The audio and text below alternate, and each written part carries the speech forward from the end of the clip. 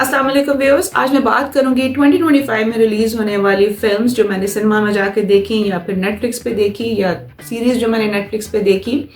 आपको पता है कि पावरफुल स्टोरी टेलिंग जो है it's not limited to cinema only, और अब इतने ज़्यादा स्ट्रीमिंग प्लेटफॉर्म्स भी आ गए हैं जहाँ पे जो कंटेंट है it feels more cinematic than the actual films.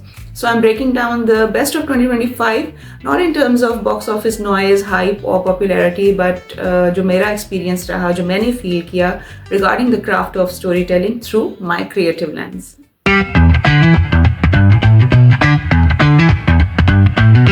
Best cinematic experience जो मेरा रहा 2025 का, वो मेरा रहा One Battle After Another का. सिनेमा में जाके मैंने F1 भी देखी, मैंने मिशन इम्पॉसिबल देखी, मैंने फाइनल डेस्टिनेशन भी देखी, but I have to choose this film because इसका जो स्केल है, जो इसका साउंड है, साउंड डिज़ाइन और इसका जो विजुअल मोमेंटम है वो आपको देख के लगता है कि it's meant for big screen. खास तौर पे जो इसका साउंड डिज़ाइन है वो जब आप विजुअल्स के साथ जब उसको देखते हैं तो आपको एक एहसास होता है, it gives you a great immersive experience and you understand that it's meant for theatrical viewing. Best one take filming, I have to give it to Adolescence, जो कि Netflix पे सीरीज थी. 4 एपिसोड्स हैं इसके, और इसके जो है it got rave reviews for its direction and acting. खासतौर पे जो यंग एक्टर था अर्बन कूपर, उनको अवार्ड भी मिला. But what really stood out for me was the way it has been shot. जो इसका फिल्मिंग स्टाइल था वन टेक का, 3 हफ्ते में हर एपिसोड जो है वो शूट होती थी और उसमें से फिर एक टेक वो चूज़ करते थे फॉर द फाइनल एपिसोड. जो सिनेमेटोग्राफर हैं Matthew Lewis did an outstanding job. और वन टेक में ये होता है कि जो भी आपकी एक इमोशनल कंटिन्यूटी होती है इट रिमेन्स अनब्रोकन, और you live in the moment, you feel that the time is real. और जो कैरेक्टर्स की जो एंग्जाइटी होती है वो भी आप खुद फील करते हैं बिकॉज वो जो एक एडिटिंग का वो जो एक कट होता है वो रिलीफ जो होता है वो क्योंकि आपको नहीं मिलता. So you feel in the moment also.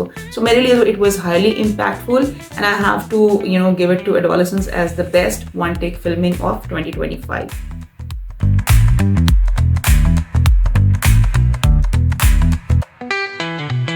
Joseph Kosinski की डायरेक्ट की हुई film F1 has been claimed as the most authentic racing films ever made, but high speed calls for high fashion. मेरे लिए it was a combination of speed, style, sleek and glamour. और एक frame के अंदर जब हावियर Bardem और bread Pitt हों तो it's enough to set the screen on fire. Both the characters look exceptionally cool throughout the film. Julian Day जो इसके कॉस्ट्यूम डिजाइनर है, he chose a very classic look for the characters, white trainers, polo shirts, aviator glasses, clothing that is contemporary but also looks vintage. He's very well known for his notable works for Bohemian Rhapsody and Rocket Man. So इस film के लिए उन्होंने बड़ा एक dynamic fusion एक जो है fashion का एक क्रिएट किया of speed and style. On top जो इसमें इंक्लूजन था टॉमी हिलफिगर का, which is a very well known brand. उन्होंने क्योंकि इस फिल्म को स्पॉन्सर भी किया हुआ था, so you could see the logo on driver gears और ऑन द रेसिंग कार्स, और आपको काफ़ी जगहों पे वो बड़ा क्लियरली वो नज़र आ रहा था कि वो उनका वो स्पॉन्सर किया हुआ है. So that inclusion, it amplified the rush of Formula One, making it more authentic and relevant. So मेरे लिए this was one of the most stylish films of 2025.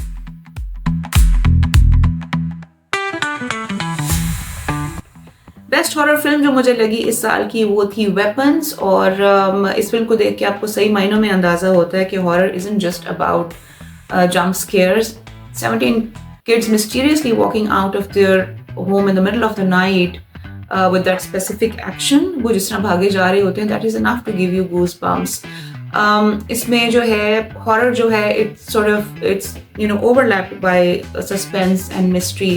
और इसकी जो स्टोरी लाइन भी है it's very very terrifying and it's thought provoking also, and it keeps you hooked till the end.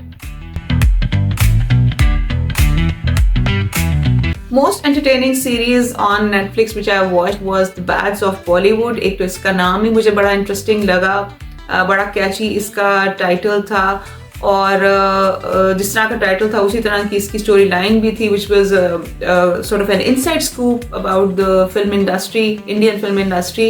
Shahrukh Khan के जो बेटे हैं आर्यन खान, उनकी ये लिखी और डायरेक्ट की हुई सीरीज़ है और it had a very fast pace story telling. इसमें सैटायर है, इसमें बड़ा sharp self aware type humour है विच आई रियली लाइक्ड। और इसके अंदर बड़ी एक हाई एनर्जी आपको फील होती है throughout when you are watching it. बिल्कुल बोर नहीं होते आप। कैरेक्टर्स बड़े इंटरेस्टिंग थे और इसमें ड्रामा भी है। Sometimes it's over dramatic also, chaotic yet perfect fun binge watching.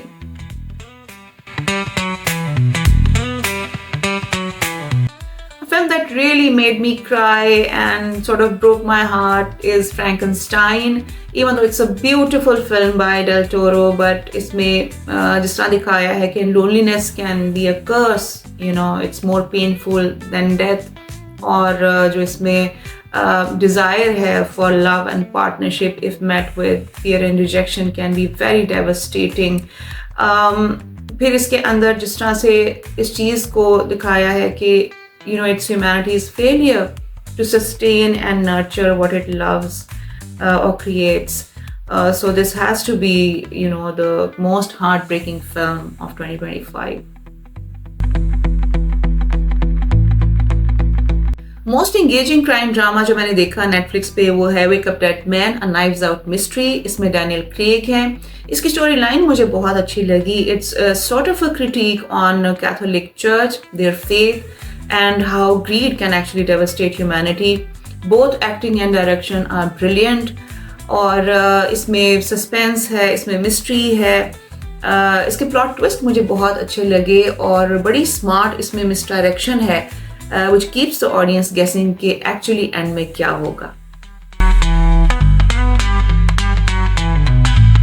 Homebound I would categorize as one of the best films based on friendship, on the theme of friendship.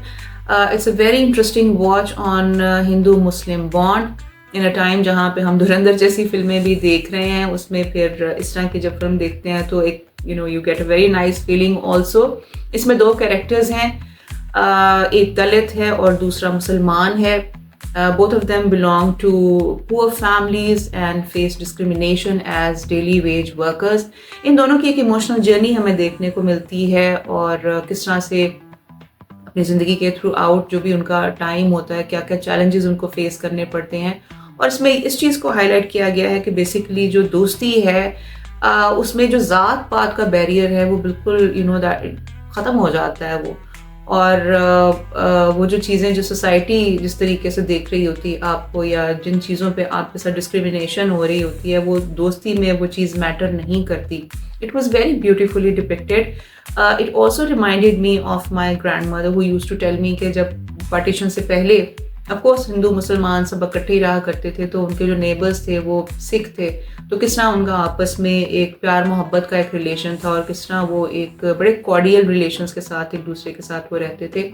So I would say कि 2025 की this was the best film that was based on the theme of friendship.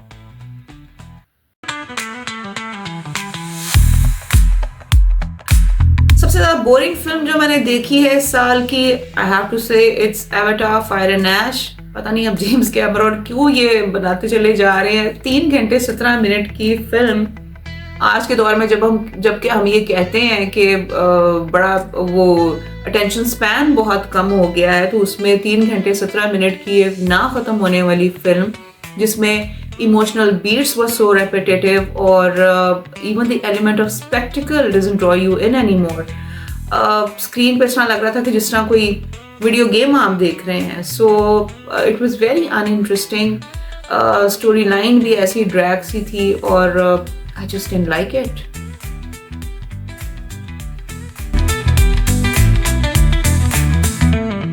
So 2025 की movies जिनका sound track बहुत ज़बरदस्त है, actually I have chosen 2।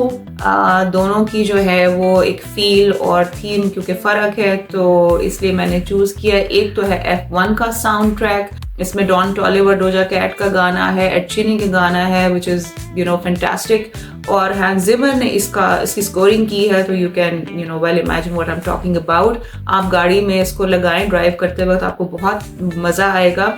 दूसरी जो film का म्यूज़िक मुझे बहुत अच्छा लगा दैट इज़ नीलोफर, और ज़ीशान विकी हैदर ने इसका म्यूज़िक तरतीब दिया है। इसके गाने इस तरह से हैं कि जो कि थोड़े रोमांटिक हैं थोड़े, उस तरह से जब आप कभी अकेले बैठे हुए हों, गुनगुना रहे हों या आप कोई ख्यालों में गुम है तो आपको वो गाने आपको याद आते हैं. बड़ी रिपीट वैल्यू उन गानों की. I think he is done a wonderful job.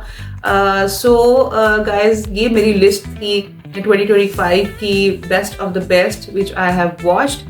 और लेट्स सी कि 2026 में हमें क्या कुछ देखने को मिलता है.